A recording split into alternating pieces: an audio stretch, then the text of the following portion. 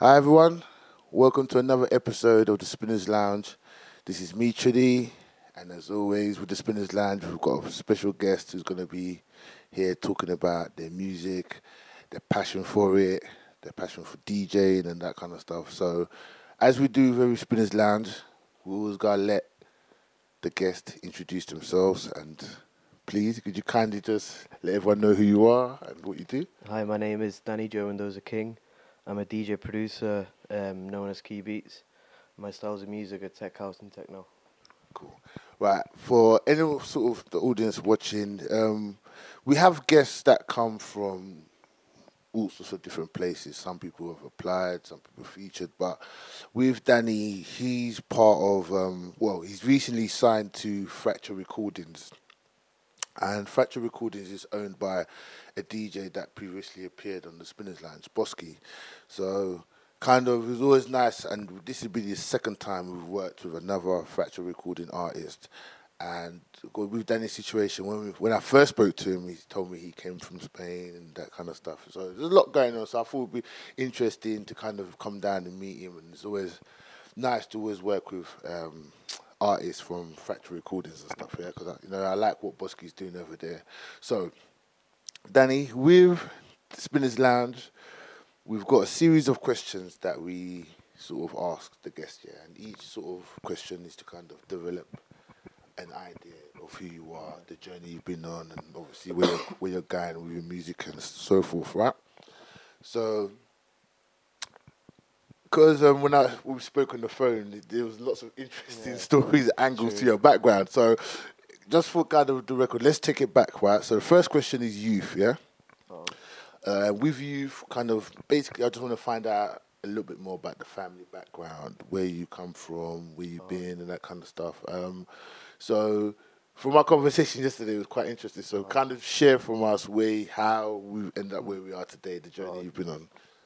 so I was born in Manchester in England, and my mum and dad, when I was about 2 months old, we moved over to Tenerife since I was 2 months. So I've been there now 17 or 18 years now. So I class myself as Spanish in a way because I Okay. grew up in Tenerife with all the influences in the language as well. Spanish is my main language. And yeah, and then just recently, about 2 years ago, I moved back to the UK to do a production course. So I just Tenerife class myself as Spanish, really, to be honest. No, that's cool. So Tenerife was kind of where you spent most of your sort of teenage years Yeah. and that kind of stuff. Okay, and then coming back to England, what was it? You said that you obviously you're doing production. Was Mm. it the production that brought you back, or was it there other reasons, or kind of? It was mainly production because Tenerife, because it's such a small island.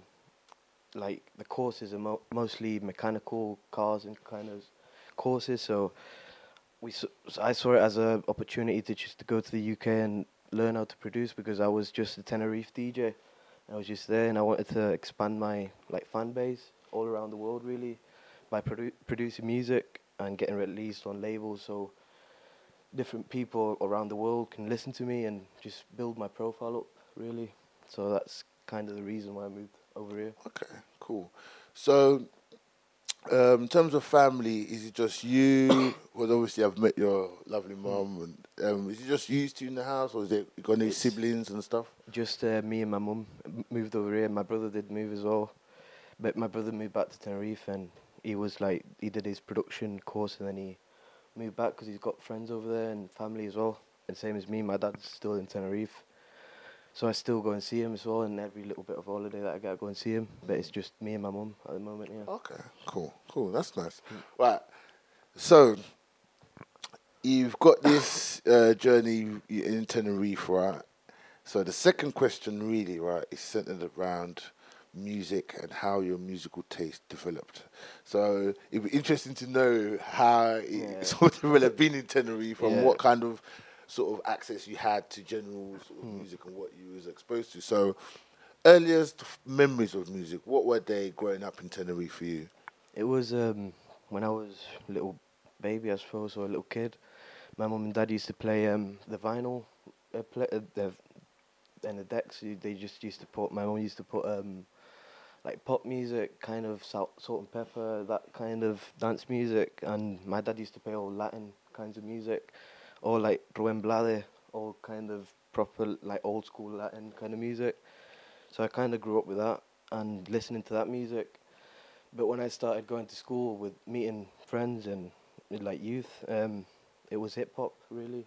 So it was hip hop R&B because it was like the trend in Tenerife. So I kind of followed what's it called, hip hop and R&B kind of style. Then it slowly developed into electronic music when I started going out. Like the first time I went out, that's when I first heard electronic music. So that was what got me into electronic music, and I still do listen to hip hop and Latin music as well, pop kind of music. But my main style, it was EDM at the beginning because Tenerife being such a small island, like 9 out of 10 clubs there are EDM or hip hop. So just that developing, and then another club opened, which is Papagayo Beach Club. The first time I went to that club, it was kind of brought myself to techno and tech house. So since that day that I first went to the club, it all changed for me really. It was like it felt like it was my music, my style, and it kind of clicked to me. So stick to that since then. Oh, cool. So basically, growing up on Tenerife, the kind of musical culture was influenced by really what was generally going on the island. Yeah. Yeah. Okay. So with music, right, and that kind of time growing up in Tenerife, do you have memories of kind of the first, I don't know, maybe vinyl, maybe vinyl CD or track you downloaded, and kind of maybe just was it a significant, that's the point I'm trying to make, because sometimes people always have that first memory of something that sticks with you dearly. So, kind of being on the island, you listen to hip hop and Yeah. R&B.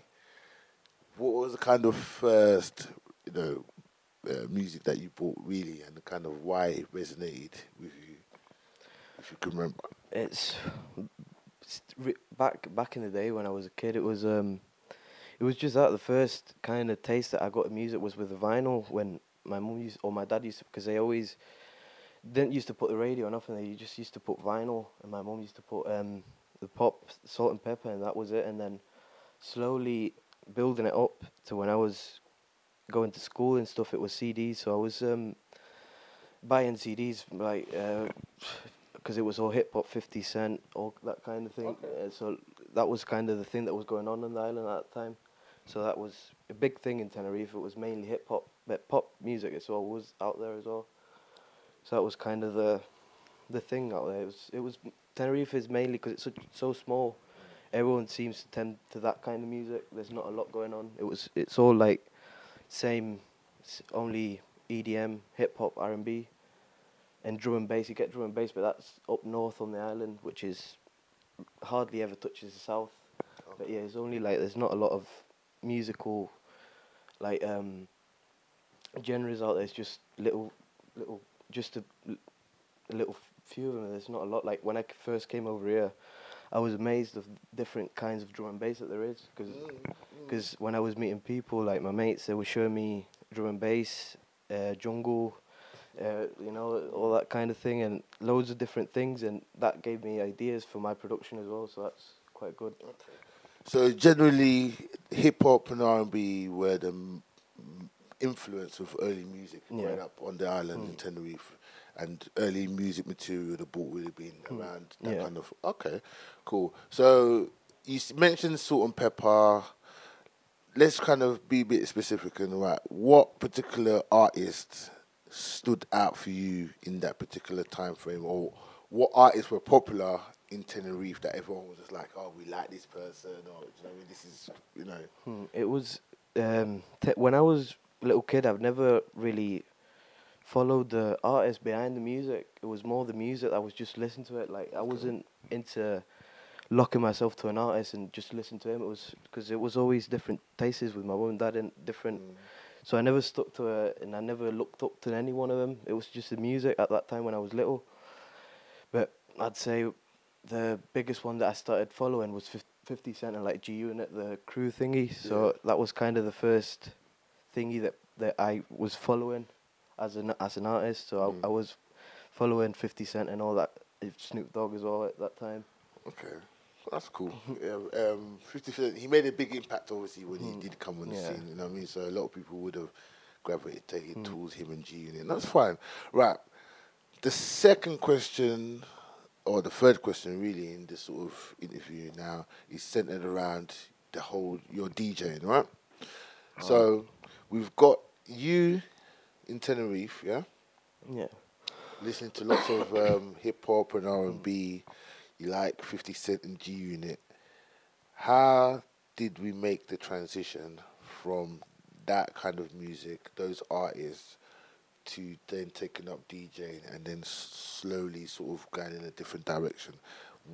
How did that come about? And It was well, it was mainly my brother because my brother when it was because he's older than me, so he started going out earlier than me, so he kind of brought the electronic music to the house. So he was the first one to have the DJ equipment, and then just like that, he brought the electronic music. I liked it, but I didn't feel it as much. It's just when I went out and I started listening to it properly with my mates, having a night out. That's when it really clicked on me. It was electronic music. I felt like that was my kind of path. So that was like first times because because Tenerife really you can over here. I've noticed that if you're not 18, you can't go out or go to a club. no, of course, of course. So in Tenerife, it's more like you can go out when you're like 13, 14. You can go to the clubs. So the first time I went to a club, I must have been about 13, 14. So the first time I went out, that's when I heard electronic music for the first time, like proper loud in your face, you know. So that's kind of how it clicked to me, and my brother as well when he was bringing it. So it wasn't much of a change when I went to the club for the first time because my brother was slowly bringing it to the house. He's a DJ as well. He's DJ Rico King on the island, but he was the first one to kind of bring me to the music, to the Okay. electronic music. And then, did that inspire you then to kind of think, right, I want to take it up? Seeing your brother do it, and then obviously, was he playing out at that time, or was he just learning his craft kind of thing? He was learning it, and like I looked at it because he had a virtual DJ. Okay. So when I was looking at that, I didn't look at it because I wasn't out. To be honest, I didn't even know what a DJ was at that time. You know, I didn't know what it was. So I kind of saw it when he was doing it. It looked like a game to me, you know, Okay, on the computer. yeah. So I said to him, bro, oh, what's that? He said, oh, that's virtual DJ. I said, DJ software. I was like, oh, I'll download it. I downloaded it on mine. I just started playing to it. But the first time I went to the club and saw the decks and saw the guy actually doing it, like properly, that's when it all clicked. And that's when I thought, that's what I want to do for the rest of my life. Wow. When I saw it being done in a club, that's when it clicked. But when my brother was doing it, because I didn't know what a DJ was, I didn't really know what he was doing, to be honest. Okay. So that was kind of the first time I went out. That's when I first saw a DJ. That's when it all clicked to me. Okay, cool. Right. In this particular DJ segment, right? So I'm gonna put your brother as an early influence, yeah? Because obviously, it's your sibling. You're in the same household. You're watching what he's doing, and you're sort of bouncing off each other, right? So he'll be in my eyes, anyway. Like you could say I'm wrong, but I'll see it as one of your early influences in getting to DJ, right? Definitely. But what I do generally ask, right, is because I remember when I was younger and I was sort of taking up DJing and mixing, I always looked up to certain DJs because I thought, right, that's if I was to become a DJ, that's who I want to be because the type of music they play, their mixing style, do you know what I mean? Yeah. And that's so. I got this question's in two parts really, right? And the first part is at that moment when you and your brother are messing around with virtual DJ, then you're going out to the clubs in Tenerife, right? I want to sort of jog a memory a little bit, right? I'm trying to think. At that time, you started to look at the craft and that kind of thing. What DJs were to you inspirational? As in, okay, I'm understanding what's going on, but now I'm looking at these guys and I'm thinking, okay, wow, you're obviously top of your game. So I want to be like you or model myself. So kind of the first question is early influences at that early stage of taking up DJing. Earliest, my brother and as well in the first club I went, which was Tramps Club. It was a DJ called DJ C5. He was like old school DJ with the vinyl scratching and all that. Okay. So I kind of built a friendship with him because he was understanding me, and he kind of, the way he did it, it was totally different that I saw everyone do it. You know, it was just the way he was doing it. He was mixing acapellas into hip hop and scratching the acapellas into it. So I'd say first like major influences was C5 at the time. It was him. He was a hip hop DJ. So that kind of made me think there is a lot to it, you know. Yeah. Because at the time I was only using virtual, so I was thinking, oh, there's not a lot to it because you only got a mouse to mess around with. And when I saw him doing it all with the scratching and effects and all that, that was my main influence as well, was C5. Okay, cool. Right. The second part to this question is now, let's fast forward, I don't know, from that to where we are now, yeah? You've been DJing for a while now, you know. You've been DJing. You've moved now from Tenerife to the UK. Yeah. You know, you live near Bristol. Favorite DJs, because the point of the second question is now, like I said just a minute ago, was you now understand the craft. You know what you're looking for. Do you know what I'm saying? You know, you kind of understand it really well. So, kind of your favorite DJs now, of sort of maybe of all time, or you know, like I said, people have been different when I've asked them questions. Some people have talked about people they've actually met on their journey as being a DJ, and that kind of, you know what I mean, that's why they rate them. Yeah. But you know, you're free to kind of name anyone. So now you understand the craft. You've been doing the craft. We're gonna talk about where you've played out in a second. You know, so you know what I mean, you're experienced. Oh, okay, so okay. now, who is your favorite DJs? If let's try and keep it to three. Oh, Yeah. okay. Yeah? So we'll keep it to three, but your three favorite DJs. Well, nowadays, my main inspiration and the big, massive one for me that influences me a lot is Carl Cox. Okay. The way that he does it is he's just got a different style. The second one is Mendo, which he's Spanish, and I love the way he produces music and DJs as well, because it's more like he puts a lot of Latin influences into it, which I like as well. Sorry, say his name again? Mendo. Elemendo, yeah? No, Mendo. Mendo. Okay, cool. And what is it? Just Seven Bath is what that techno DJ. Okay. He inspires me a lot because he uses decks obviously, but he uses like a sampler as well, and he has his own instruments while he's playing as well. So that's what I want to get to do. I want to get doing that in the future as well. Just getting like a sampler and just while I'm mixing, put sounds into my mix, and that kind of influenced me as well. Okay, cool. Three good choices. Right, now we're still DJing, and I think this last question within this segment is to kind of understand, you know, you've made your journey has started, you know, and obviously it's taking you from one country to another. You're here and stuff. So in terms of playing out, I always genuinely ask, you know, have you played out at lots of clubs? Do you play on the radio? Have you had stints on the radio, I should say? So kind of give us a sort of quick summary of where the DJing has taken you so far, as in terms of clubbing, has he taken you to lots of events? Do you do radio, and the kind of opportunities that have come out of being a DJ? Definitely, when I started, was a lot of house parties. Definitely, like the ones I did when I was younger as well in my house, and different kind of house parties, clubs, loads of them in Tenerife. I played all around Tenerife as well, and over here I'm playing around Bristol, and then next year playing at a festival in Kent, Dynamics Festival, playing there, and radio as well. I do radio shows. I play twice a week, Mondays and Saturdays, and I do like 2 hours and 3 hour sets live on the radio. So yeah, just Okay, what radio station? Vivid Radio UK. Vivid Radio UK. Okay, cool. Just playing, and like around England. Next year I'm gonna start playing all around the UK, Manchester and London as well, all over it. Because like me as a DJ, I don't want to get stuck in Bristol only. Like I wanna go all around Bristol. Of course. So kind of everywhere in the UK next year. I'm hoping to anyway. And just final question within this DJ: how do you get your gigs at the moment?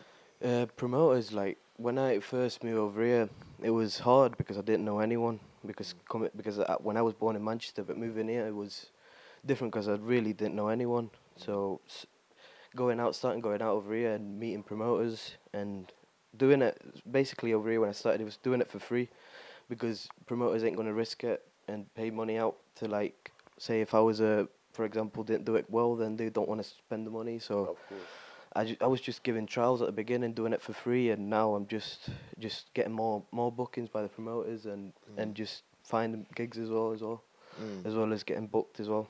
Because I was just going to say, just to round off, did you find it difficult in the beginning doing it for free, or was it in your own mind you thinking to yourself, okay, you know what, I'll do it for free for a little while just to build up my reputation? Because some people might turn up their nose at that and think, no, why should I play out for True. free? This and that. But I think it seems like you understood why you're going to have to play out for free. It's like, for me, when I DJ, it's not like, if I was a millionaire and I'd still be playing, and I'd still do it for free, because it's not, for me when I'm mixing, it's not work in a way. I enjoy it. Yeah. So kind of doing it for free isn't, but I just had in my head that I've got to do it for free to at least get a chance, because if I'm asking for money straight and they don't even know me, then it's harder. But Yeah, it's a big ask. It's a yeah. big ask to ask someone to pay you money, especially when you just Yeah. started out. No, but cool. I like that kind of the attitude, though. You was willing to put yourself on the line just to prove yourself, and then eventually the bigger picture is you get paid. No, that's cool. Right, let's move on to the next segment. The next segment is style, yeah? And style, because you're a DJ and producer, we're going to focus on two elements of style. We're going to do the DJ, and then we're going to do the production. But I want to start with production first, yeah, because obviously, like at the beginning of the show, I kind of talked briefly about factory recordings, right? Now, production. We're fast forward now. We've been DJing a while. When did the production come into your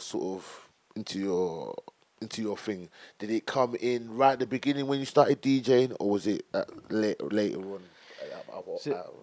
Down the line, and what made production then become something you want to do?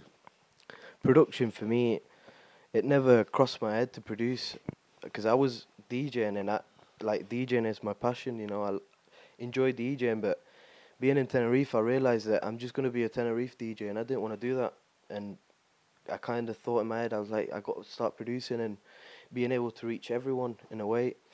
So that's why I moved over here, and then producing, I just started because of that, because I wanted to get like a bigger fan base. It wasn't like my dream or nothing like that, but when I started making music and then playing it out on my sets, and I saw people dancing to my music, that kind of gave me a feeling that I couldn't explain. And it's like, since that moment, production as well has turned as my passion now, because I love the way, if I play one of my tracks and people are dancing, having a good time, I really enjoy seeing that as I play it. So I'd say now it's kind of, production is kind of what I do as well, and I can class myself as a producer as well. No, I think since I've been doing the Spinners Lounge, I've come across. I think more and more people now are production and DJing go hand in hand. If that's what you do, do you know what I mean? And like you said, is that ability to also have people dancing to your own material, which you kind of use. So you blend it in your music. Nobody knows they're just dancing, True. so you know what tune it is, but then you see them dancing. Yeah, it's a really nice feeling. Wow. Question I always ask DJ and producers, is your production, in terms of style, different to your DJ style? As in, like some people, they will play a certain kind of way or whatever. Is there a vast difference between what you make and what you play? There is kind of a difference, because when I was listening to house music and all that, I love the classic house as well, with pianos and all that, the old classical house. So I can't say it's a bit different, because like what I make is house. Because techno is so diverse as well as a production side. It's so hard to make that kind of sound of techno.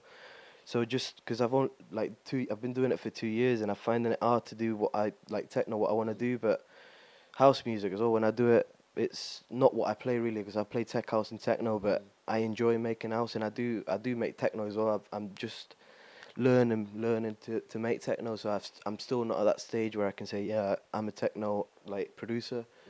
At the moment, I'm just like house and classic and tech house as well. I make tech house, but techno I still haven't got there yet. just gotta keep on like learning, practicing. Okay, cool. So with production, you're more focused on house and tech house and Yeah. stuff, throwing a little bit of Mm. techno. So then with the playing, you're more techno, Yeah. and then maybe a little bit less Yeah. house. Yeah. Yeah. Okay, cool. Um, I'm just trying to think of the next sort of within style. What I was gonna ask you. Um, yeah. So generally, that's. I'm trying to think. Um, let's move on to technology. Technology is the Oh, next okay. one. My mind just went blank. Which is not good. But no, technology is the next one because you've already given us a little sort of heads up that virtual DJ was what you were using in the beginning. Mm. So, and then you mentioned going to the clubs, obviously in Tenerife, Mm. seeing actual DJs what they was using. Yeah. Um, so just to kind of take us in that period of time, yeah. So you started off in virtual DJ. What was the journey in terms of hardware, and how did you progress to the other stuff and getting used to the equipment and stuff? Mm. Well, virtual DJ was first one, and then going into clubs. The first gigs I ever did was with virtual, just my laptop. 'Cause I just used to bring my laptop and just plug it to the speakers and start mixing. Because that was the kind of first thing. Then moved on to controllers and just playing with numeric controllers. And then as I was meeting new people and DJs as well, I started playing vinyl as well. Like learning how to play vinyl, which is a different world. It's a lot harder. But I kind of got into vinyl as well, and then I was realizing that clubs were having always, when I went to a club, they had CDJs. So I got myself a pair of CDJ 1000s, the MK3 ones, and then just had them for like 2 or 3 years. And then I moved on to CDJ 2000s, next DJ and the DJM 2000. So that was kind of the The journey. yeah. Okay, cool.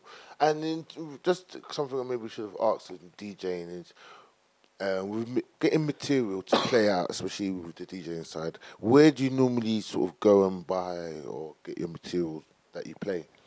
Get it on Beatport mainly because Beatport is good because I can just follow, like, for example, Carl Cox's label Intech. I just go on their like profile and then download music from there. The ones that I see and buy them as well on there on Beatport. I go on iTunes as well, but it's mainly Beatport out of the lot. Okay, cool. Um, I kind of think we'll come to the end, really. You know, time flies. I don't even know how long we've been doing it, but we could obviously, with everyone, I just feel that I can always chat with them for Yeah. ages. But with the interview, we've got to make it nice and short. Do you know what I mean? Because I'm really interested to hear your DJ, your Spinners Lounge mix set, because I want to kind of see where you're coming at. It's been a pleasure talking to you, and Me it's been too. a pleasure for your hospitality as well. You know That's what I fine. mean? Your mum's laid out some grub for us, which is lovely. Um, and yeah, the question I was going to ask in Star was just to maybe touch on the Fracture Recordings as well, because like I said, I like Bosky and like what he's done. When did you sign to Fracture Recordings?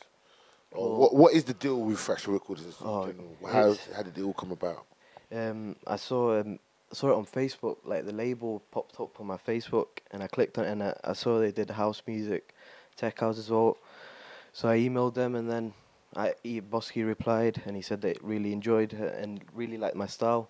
And then it was about, I'd say, 3 or 4 months ago when I first like emailed him, and it was just getting it ready and like getting the track sent to get mastered and all that. And it's a track called "But You" that's getting released in February next year. And yeah, just releasing that track, but I'm hoping to get more music out there as well, like more tracks signed to Fractured as well. Okay, and as well, when we did speak off camera, you said that you had other record labels and Yeah. stuff as well. So, are you sort of putting your stuff out there and just, trying to get as much, Yeah. trying to push it out there as much as you can? Yeah, I got about 4 or 5 tracks that I can't say the name of the label because it's still not confirmed, but I got labels in Holland, labels in Spain as well, getting releases, and I'm hoping to get it all released in next year. I think is around March, Okay. somewhere like I think they're all going to come out in March, most of them. Okay. But it's still not confirmed though. All right. Cool. Right. Last question before we end. Right. If from now today, yeah, you had a choice, right? You could either be a producer or DJ. What would you be? It's a hard question because because Because I feel like you love both of them. yeah, Each one brings something different to you. yeah. But it's just like, oh, going back to a question I remember asking one of the first people I interviewed on the Spinners Lounge, Bill Harper, and it was the same thing. It was like, oh, like, oh. So with you, you kind of sense that as well. Yeah. So I just kind of, if you only had one choice from today now, you pick, that's what you're going to have to stick with, what would it be? I'd say DJing, I reckon, because that's what first got me into this music. Okay. And I think if it wasn't for DJing, I don't think I'd be a producer nowadays. So I think I would stick to DJing, to be honest. No, cool. Right, guys, we're coming up to the end of the segment now. Obviously, like I said, it's been a pleasure talking to Dani. Obviously, time is always against us, and I mean, we don't want to make the interviews too long, and I mean, we don't make them too short neither. So we're kind of here. But Dan, this is the segment I want people to sort of, after watching this video, I want them to go in the links below in the video and go and search out your music, find you on social media, and just kind of give them all the links where they can keep tabs on you, yeah? So we start off with social media. So all your social media accounts, what are they and how can they find you and stuff? On Facebook, facebook.com/keybeats and keybeats with a Z. So, and soundcloud.com/keybeats #DJ. I think you forgot Twitter as well. Twitter.com/keybeats as well, and Mixcloud as well .com/keybeats. Are you on Instagram? Also on Instagram, it's keybeats. Keybeats. So SoundCloud, Mixcloud. Yeah. Yep. And your tunes your music, your tracks, your material, are they up on Beatport or anywhere like that? Yeah, I got a few tracks on Beatport on iTunes as well. Okay. So it's all Keybeats. It's when you search Keybeats, you will be able to see everything about Keybeats. And but with anyone who's watching, well, if you're watching now, all you have to do is just literally scroll down, and I'll provide all the links in the description so you can go and check him out. So guys, listen. This is going to be the last Spinners Lounge for 2015. If you're watching it, it's 2016. Yeah, this was last year, but cool. It's been a fantastic journey for me. It's been a learning curve. It's also been a pleasure to meet wonderful people like Dani.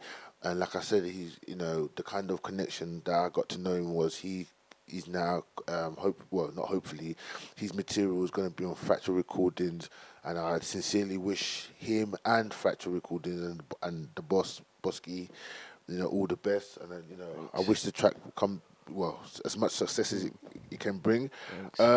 It's like I said, it's been a pleasure doing the Spinners Lounge. 2016, all we're going to do is just try and make the Spinners Lounge get bigger and bigger.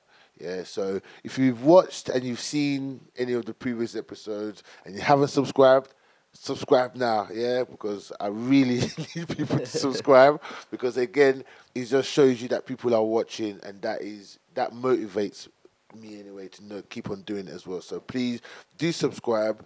Also, check out the links that we've provided for Dani below. So go and check out the music, because I think as well it's important that with the Spinners Lounge, we're not just here to kind of put up these DJs and mixes and interviews, but also here in our own little world, we want to help promote what they're doing, yeah, because there's a lot of time invested in making music, making mixes and this, and you know what, sometimes these things can't just work by themselves. They need people to push it out there and say, look, listen to this dude, he's cool, and listen to this music. So guys, once again, thank you for watching, and it's been a pleasure presenting this, and hopefully you come back and see us next year. So as always, peace, adios.